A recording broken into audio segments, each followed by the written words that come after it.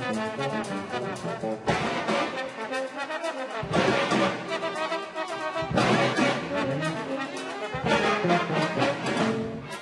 Havelock, back for another Mayor's Minute. This is going to be a little bit of a long one because we're going to talk about drainage, which is incredibly important to you and it is incredibly important to us at the City of Havelock. We've gone through some pretty extensive efforts, particularly after Hurricane Florence, to really analyze through the city what can be done differently, what should be done differently, and some of the places where we really need to focus our efforts. We've made a lot of really good progress over this past year. Right now, right when we would be doing a lot, we've had to slow down a little bit simply because we've gone to half crews because of the COVID-19 situation. So we've only got half of our team out there every day trying to get work done, so they've been trying to prioritize the best they can. I'm going to talk to you about a couple major projects where we've had some real accomplishments. We're in the middle of a 10-inch rain event in Havelock, and so there's good and bad there. Bad, we've got a little water standing around. That's probably a little bit of an understatement.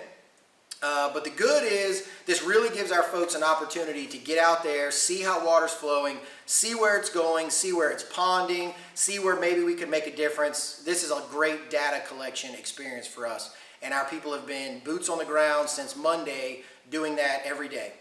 So let's talk about some major projects. If you're on the east end of town, you know about McCotter Canal. It's a major drainage component that helps drain most of the eastern part of the City of Havelock. We just finished an $800,000 project out there that rebuilt an extensive part of the wall. It also rebuilt the road. So for a while we've been unable to get in there and really clean that canal out like we'd like to because the road was damaged too much. Now that we've retaken that over in the last 2 weeks, we've got some of our own people. We'll be out there next week. They're going to be pulling some stuff out of the canal with the equipment that we have. But let's be honest, we don't have enough people. We don't have enough equipment. So we also are putting out a request for a proposal. We're preparing that now so that when our folks are done, we can have a company come in with bigger equipment and do a more extensive job of cleaning out some of the things that are in the canal that are inhibiting flow. When I say canal, all of us like to think about a body of water that's flowing. I just want to point out, our canal really doesn't have a lot of elevation from end to end. It was built a long time ago. It's got a right-hand turn in it. It's really more of a super long holding pond. It does have some flow, but it doesn't flow heavy. As a result, I like to say a 5-gallon bucket holds 5 gallons of water. So we like to keep the ditch clean so it can hold as much as it can and move what it can. Another major drainage component is Joe's Branch. We've done a lot of work to that over the last probably decade. But just in the last month or two, our employees have been out in Joe's Branch doing some extensive cleaning. Some of it's still left from Florence, some just general cleaning that we have to do on a regular basis. The great news is in this 10-inch rain event, we've seen dramatic improvements to drainage along all the houses on Joe's Branch. That water is moving really well. It looked like a pretty interesting river through the middle of part of Havelock over the last couple of days. We also did some downstream clearing for the South Forest area, which a lot of you know flooded for the first time in its history after Hurricane Florence. That seems to have made a major difference in how some of that water is moving right now, but there's more work to be done. Some of the areas that we've got to do drainage work in moving forward on the west end of town as well as on the east end of town are drainage easements that we have access to, but you have either fences or buildings that back up to those areas and it limits our ability to get in there.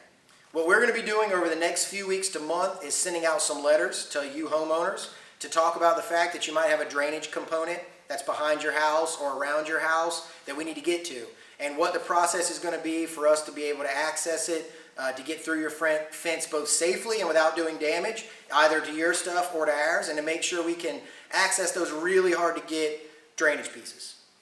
The only other thing I'll remind you is this: there's a ditch in front of your house, and a lot of people, it is in the right of way. A lot of people like to say, well, the city should come cut my ditch and clean my ditch out. I'd say the vast majority of us are cleaning our own ditches every single week when we cut our grass, but we would never have enough manpower or tax dollars to go around and clean everybody's ditch all the time. We will do the major work. We have no problems doing grading work when there's grading issues and making sure that things are the way they're supposed to be.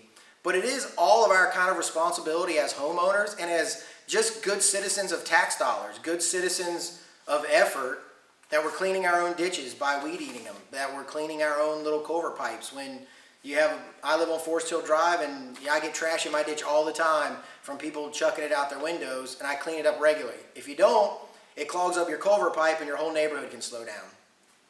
There's no way with all the ditches we have in Havelock the city could handle all that by themselves. And that's where I do like to tell citizens you do have a role in that. And I think it's important for you to know that that ditch and taking care of it, you don't have to do it. Water will back up in your yard and in everybody else's yard, but it's not being a great steward of your neighborhood or of the people around you. And I think we all should be pitching in if we really want to solve the drainage issue through Havelock.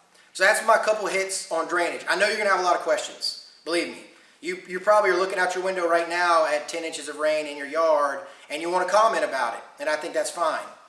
What we love to do, because we like to keep a log and we want to make sure we're not missing areas that really need drainage attention, shoot us an email. We've got the got a question at havelocknc.us email that we've gotten a lot of really good traffic on here in the last couple of months. Send us a picture. We can log that picture. Send us an address. Show us what you're seeing.